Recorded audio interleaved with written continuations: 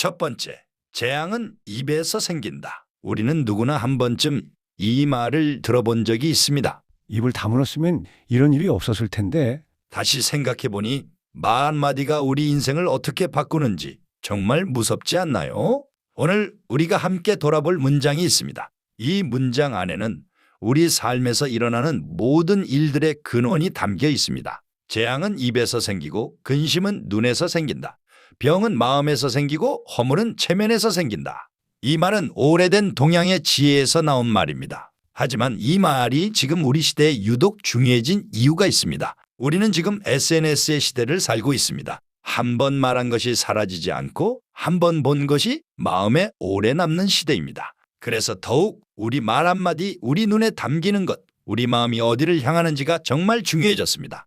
이 문장은 우리를 책망하려는 것이 아닙니다. 오히려 우리가 이미 알고 있던 것들을 다시 깨닫게 해주는 선배의 목소리입니다. 재앙은 입에서 생긴다. 이것은 무엇을 의미할까요? 말이 얼마나 무서운 힘을 가지고 있는지를 말하는 것입니다. 오늘 제가 여러분과 나누고 싶은 이야기가 있습니다. 삼국시대 이야기입니다. 한 왕비가 있었습니다. 그녀는 정치에 참여하고 싶은 욕심이 있었습니다. 하루는 왕이 신하들과 정책을 의논하고 있었습니다. 왕비는 옆방에 앉아 왕이 나누는 대화를 들었습니다. 그리고 그녀는 한마디를 했습니다. 그건 아니지 않나요? 제 생각으로는. 그 한마디, 작은 말이었지만 그것이 신하들의 귀에 들어갔습니다. 왕비가 정치에 개입한다? 그 소문은 나라 전체로 퍼졌습니다. 결국 그 한마디는 왕비를 무너뜨렸고 가족을 무너뜨렸으며 나라의 안정까지 흔들었습니다. 이것이 재앙은 입에서 생긴다는 의미입니다. 한마디, 조금은 부주의한 한마디가 누군가의 인생을 바꾸고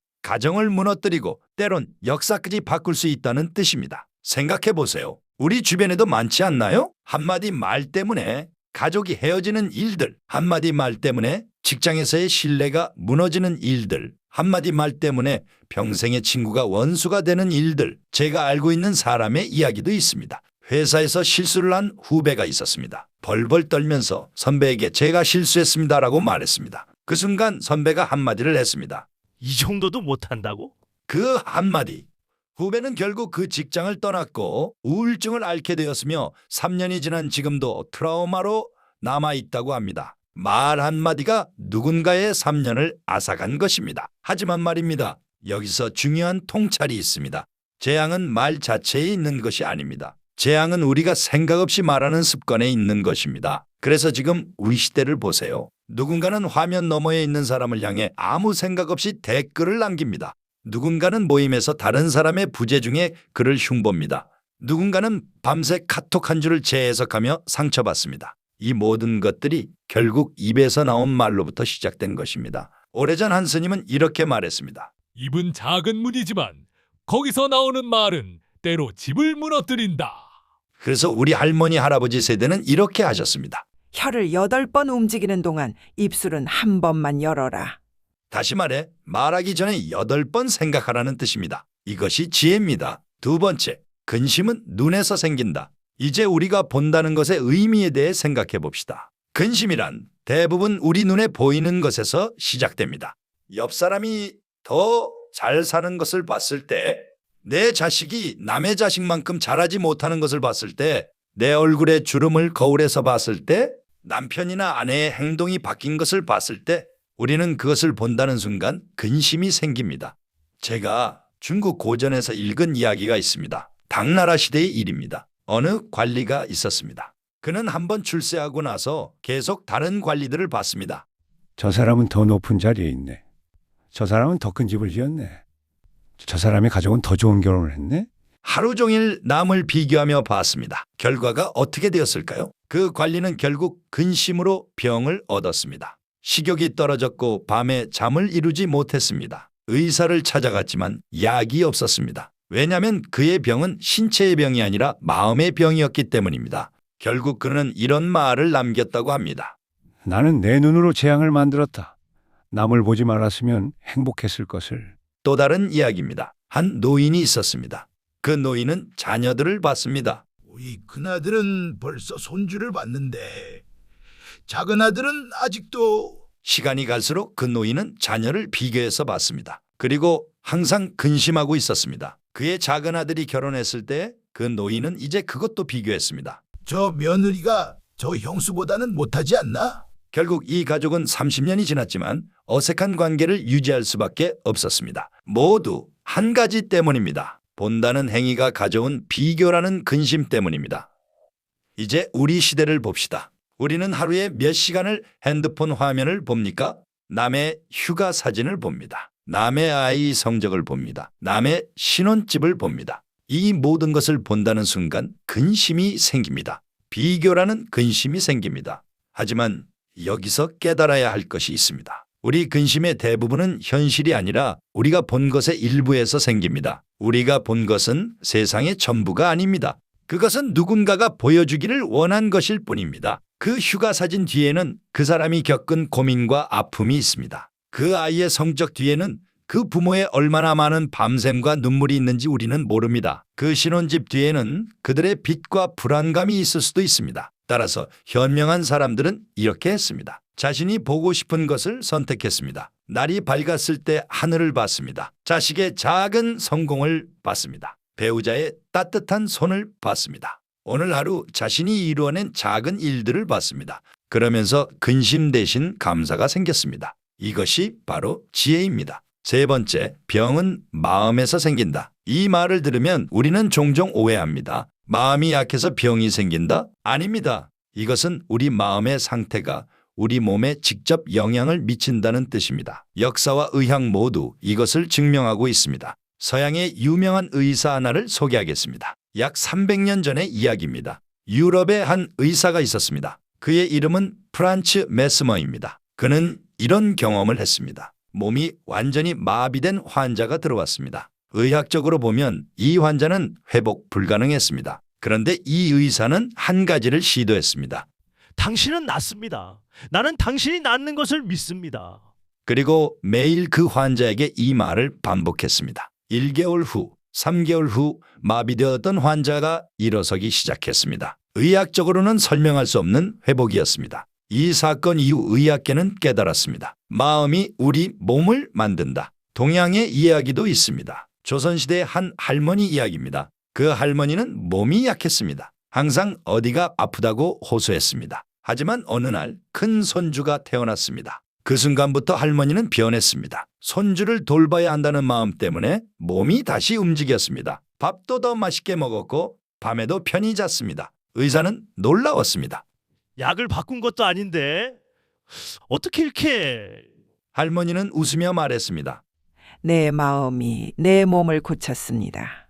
우리가 자주 보는 장면이 있습니다. 노인이 배우자를 먼저 떠나보낸 후 얼마 지나지 않아 본인도 따라가는 경우입니다. 의학적으로 보면 특별한 병이 없는데도 말입니다. 의사들은 이것을 깨진 심장증후군이라고 부릅니다. 마음이 깨졌을 때 몸도 따라 무너지는 것입니다. 이것이 바로 병이 마음에서 생긴다는 의미입니다. 반대로 우리가 보는 다른 장면도 있습니다. 진단을 받고도 희망을 잃지 않는 사람들, 고통 속에서도 웃음을 잃지 않는 사람들, 그들은 어떻게 됩니까? 의학적 기대보다 더 오래 살고 더 건강해집니다. 암 선고를 받고도 가족을 위해 살겠다는 마음으로 10년을 더 산 사람들, 말기질환 진단을 받고도 자신의 일을 마무리하겠다는 의지로 기적을 경험한 사람들, 마음이 우리 몸을 지탱합니다. 따라서 우리가 할 수 있는 가장 큰 의료 행위는 무엇일까요? 약을 먹는 것도 중요하고 병원을 가는 것도 중요합니다. 하지만 그보다 더 중요한 것이 있습니다. 우리의 마음을 잘 돌보는 것입니다.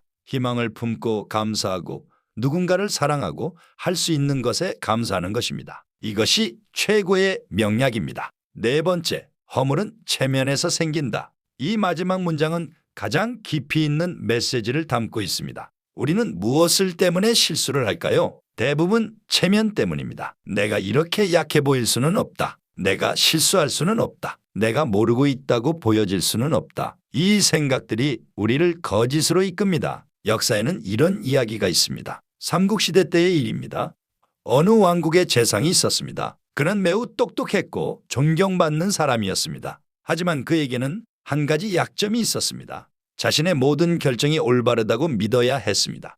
왕이 그의 의견에 다른 생각을 제시했을 때 재상은 어떻게 했을까요? 거짓으로 왕을 설득했습니다. 자신이 옳다는 것을 증명하기 위해 거짓 자료까지 만들었습니다. 그 거짓이 들통나는데 걸린 시간은 3년이었습니다. 결과가 어떻게 되었을까요? 그 거짓 하나가 나라 전체의 정책을 잘못된 길로 이끌었고 결국 그 나라는 멸망했습니다. 세상은 모든 것을 잃었습니다. 왜 그렇게 되었을까요? 체면을 지키려다 진실을 잃었기 때문입니다. 또 다른 이야기입니다. 제가 알고 있는 한 가정입니다. 아버지가 있었습니다.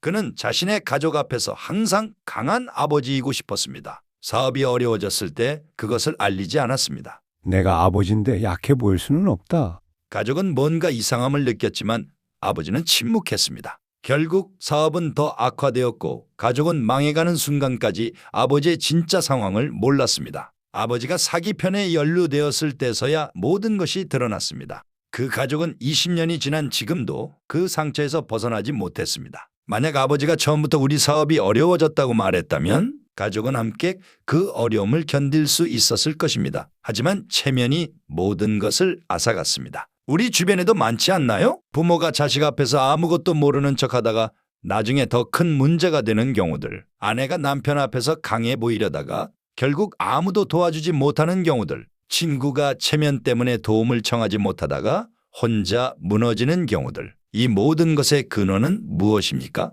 체면입니다. 하지만 역사 속 지혜로운 사람들은 달랐습니다. 중국의 한 황제 이야기입니다. 그 황제는 신하들 앞에서 이렇게 말했습니다. 나는 완벽하지 않은 황제다. 나는 실수한다. 나는 신하들의 조언이 필요하다. 신하들은 놀라웠습니다. 황제가 자신의 부족함을 인정하다니요. 그 순간부터 무엇이 바뀌었을까요? 신하들이 황제를 더 신뢰했습니다. 더 많은 사람들이 그를 도우려 했습니다. 더 깊은 관계가 만들어졌습니다. 허물을 인정했을 때 진정한 품격이 생겼습니다. 또 다른 현명한 사람의 이야기입니다. 한 아버지가 자식에게 이렇게 말했습니다.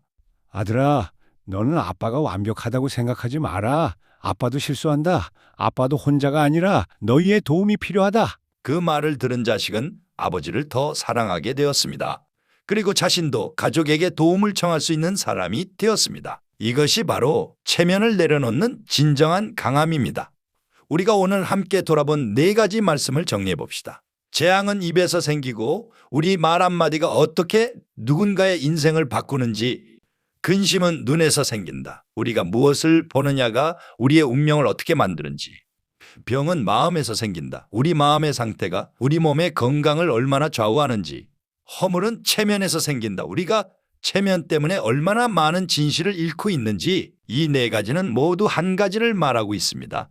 우리 삶의 많은 문제들은 바깥에 있는 것이 아니라 우리 내면에 있다는 것입니다. 남 탓을 하기 전에 먼저 우리 자신을 봐야 합니다. 우리의 말을 봐야 합니다. 우리가 보는 것을 봐야 합니다. 우리의 마음을 봐야 합니다. 우리가 지키려는 체면을 봐야 합니다. 이것이 바로 우리가 어른이 되는 길입니다.